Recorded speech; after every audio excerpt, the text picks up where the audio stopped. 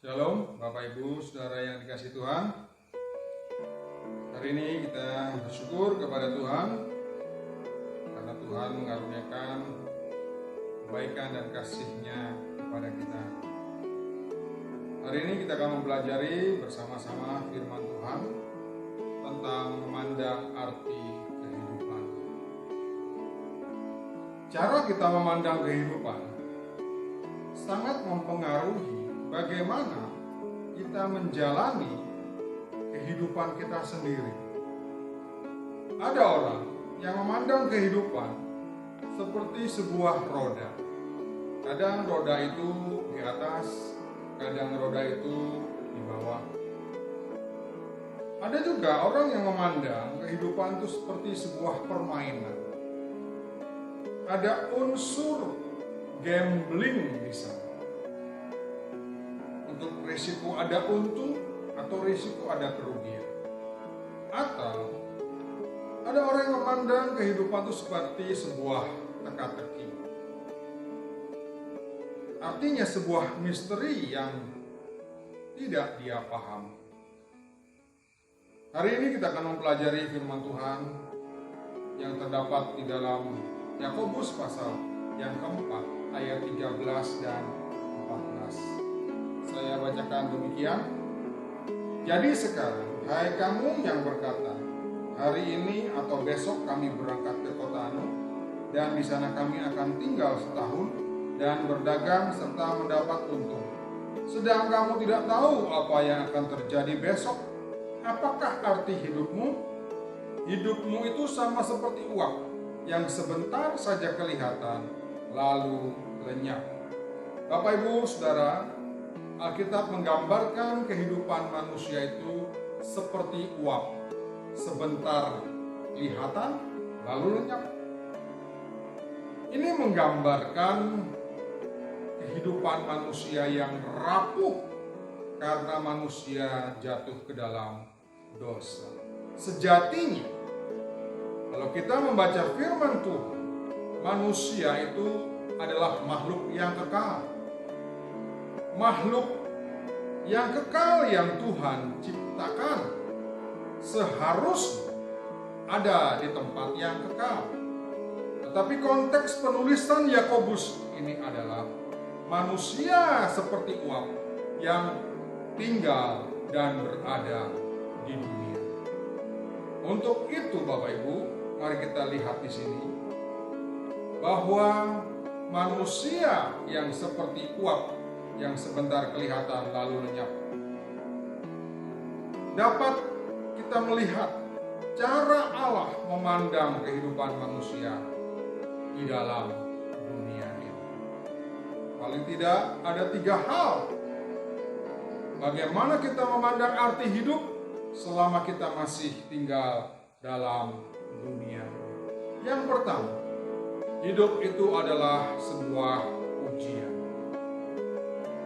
Hidup adalah sebuah ujian. Sejak semula, Allah telah menetapkan ujian dalam hidup manusia, supaya manusia menghasilkan kualitas karakter, kualitas kehidupan seperti yang dikehendaki Allah. Mulai dari Adam dan Hawa di Taman Eden, kemudian Kain, Nuh, Abraham, dan seterusnya. Sampai kepada kita sekarang ini. Dalam segala aspek kehidupan, kita sebenarnya mengalami ujian. Entahkah ujian iman, entahkah ujian ketaatan, entahkah kasih, kesetiaan, kesucian, integritas kita. Semua adalah dalam rangkaian ujian kehidupan. Sebab Alkitab menulis paling tidak 200 kali kata pencobaan, pemurnian, iman tertulis di dalamnya. Dalam kemahatauan, kasih dan kebijaksanaan Allah, Allah melihat setiap respon dan tanggapan manusia terhadap masalah yang kita alami. orang-orang di sekitar kita, terhadap keberhasilan yang kita raih, mungkin konflik yang terjadi, penyakit yang mungkin kita hidup, kekecewaan yang terjadi, situasi kondisi, bahkan cuaca sekalipun. Terkadang manusia meresponi cuaca hujan yang berlebihan atau cuaca kekeringan. Semua respon manusia diperhatikan Allah sedetil-detilnya, termasuk bagaimana respon kita terhadap doa-doa yang dinaikkan, tetapi belum Tuhan jawab. Terhadap ketidaktahuan kita terhadap masalah, tragedi, musibah yang mungkin mendadak dan tidak masuk akal kita, terhadap uang dan harta yang kita miliki, bahkan juga terhadap kehadiran Tuhan dalam hidup kita, seolah-olah Tuhan tidak hadir manakala kita mengalami masalah. Salah satu tujuan adanya ujian dalam hidup kita adalah supaya diketahui segala isi hatinya.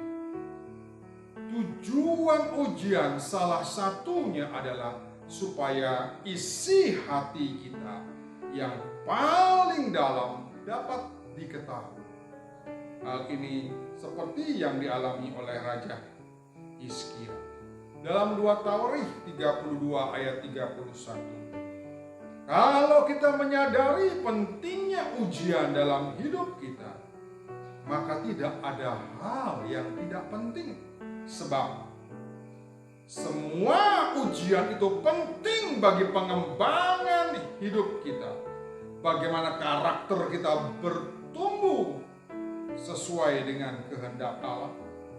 Setiap detik, setiap waktu adalah kesempatan buat kita bertumbuh, memperbarui hidup, semakin hidup dalam kasih dan ketergantungan kita kepada Allah.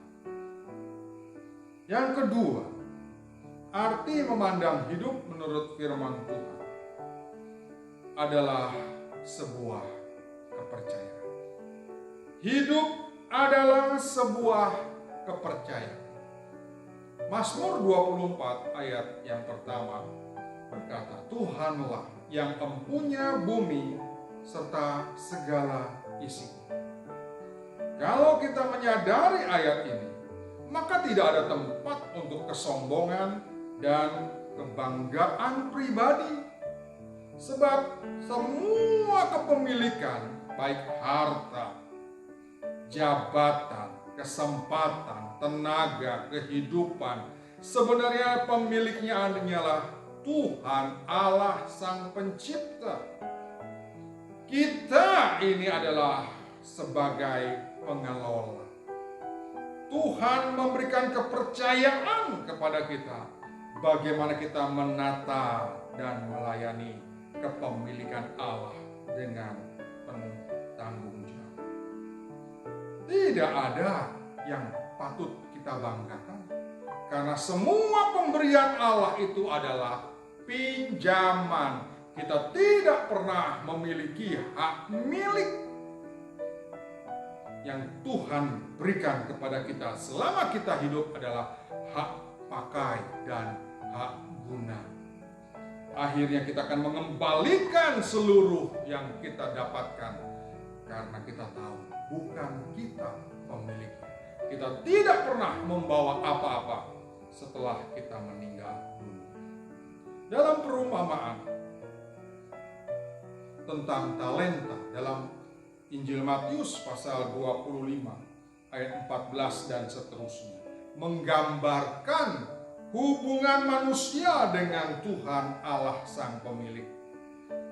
Akhirnya dari semua cerita itu ditutup dengan evaluasi. Ada penilaian, ada pertanggungjawaban dari sang pemilik talenta kepada hamba-hambanya. Tuhan meminta pertanggungjawaban sebagai pengelola. Apakah kita menjadi pengelola yang jujur atau tidak? Apakah kita sebagai pengelola itu setia atau tidak? Apakah kita sebagai pengelola itu bertanggung jawab atau tidak? Apakah kita disiplin atau ceroboh? Apakah kita seorang pekerja keras atau seorang pemalas?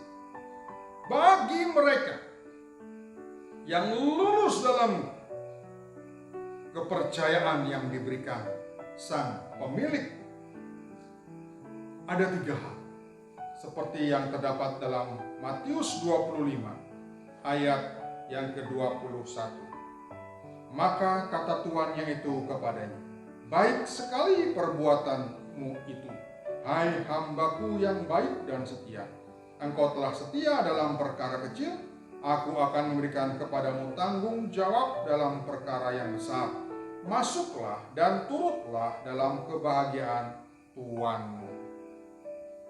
Orang-orang yang berhasil memahami hidup sebagai sebuah kepercayaan, paling tidak ada 3 hal yang pemilik talenta itu berikan. Yang pertama, ada pujian dan penghormatan. Tuan ini memuji hambanya dengan mengatakan, baik sekali, hai hambaku yang baik dan setia. Engkau telah setia dalam perkara-perkara kecil. Dan yang kedua, dari pemilik talenta itu bukan hanya pujian dan penghormatan, tetapi juga promosi. Orang yang berhasil menyadari dan menjalankan kepercayaan dari pemilik kehidupan, dia akan mendapatkan promosi. Tuan pemilik talenta itu berkata, aku akan memberikan tanggung jawab yang lebih besar. Dan yang ketiga, sang pemilik itu berkata, marilah dan turutlah dalam kebahagiaan Tuhan. Ada perayaan. Selain ada pujian dan penghormatan, ada promosi.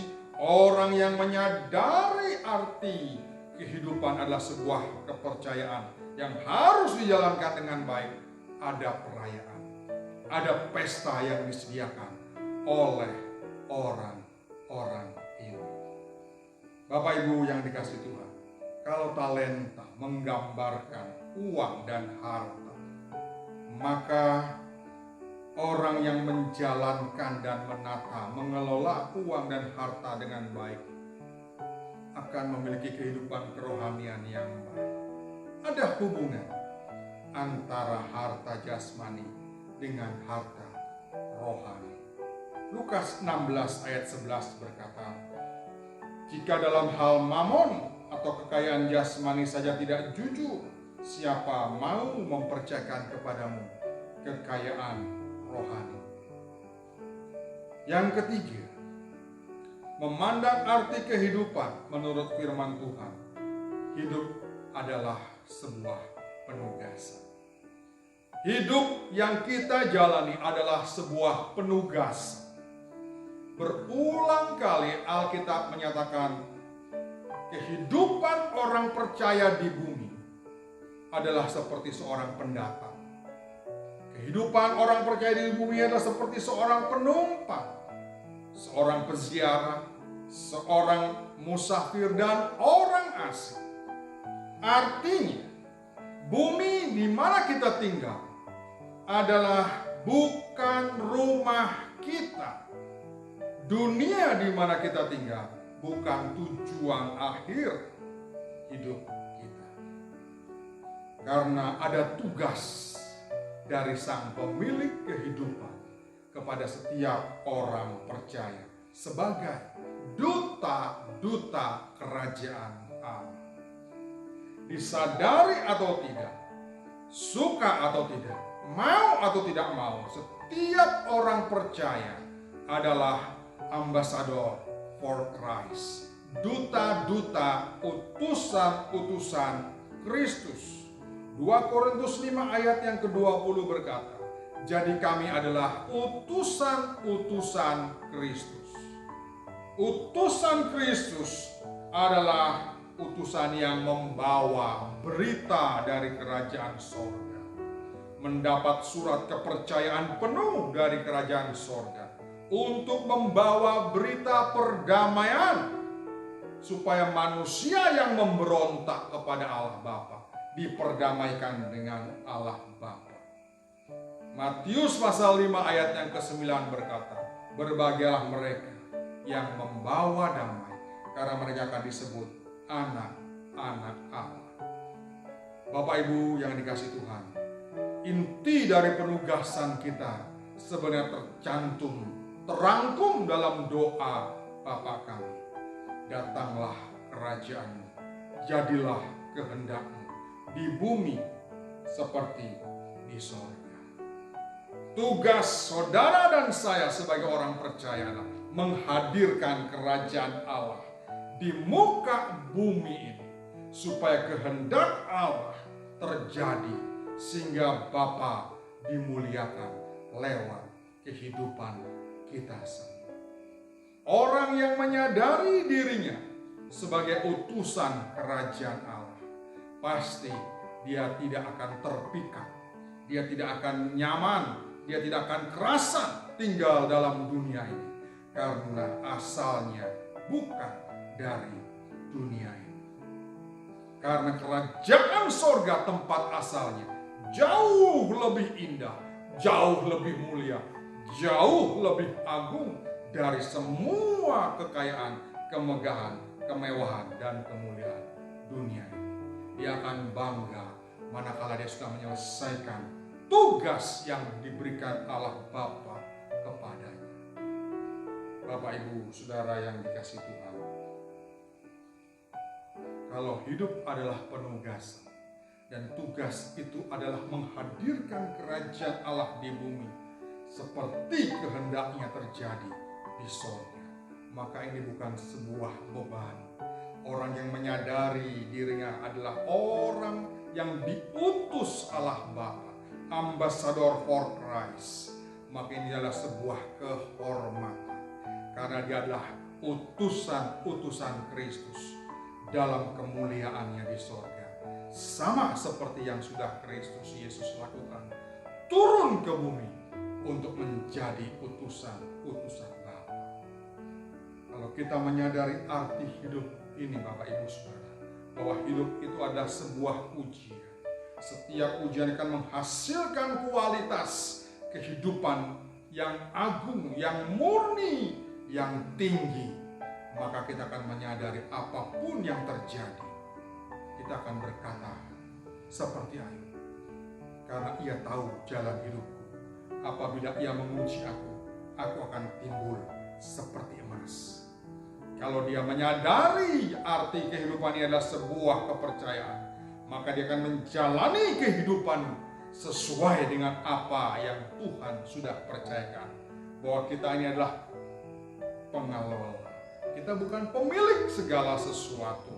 Kita dipercaya untuk menjalankan tugas kepemilikan dari Allah Bapa dengan sebaik-baiknya. Di ujung akhir kepercayaan itu ada pertanggungjawaban, ada evaluasi.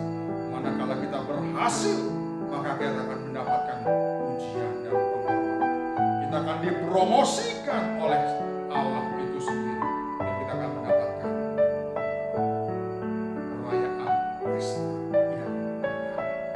Dan kalau kita menyadari arti hidup adalah sebuah penugasan, maka kita menyadari kita bukan berasal dari dunia, karena kita adalah penumpang, orang asing, musafir yang diberikan surat kepercayaan mandat penuh dari kerajaan surga untuk menjalankan kehidupan supaya kehadiran kerajaan Allah terjadi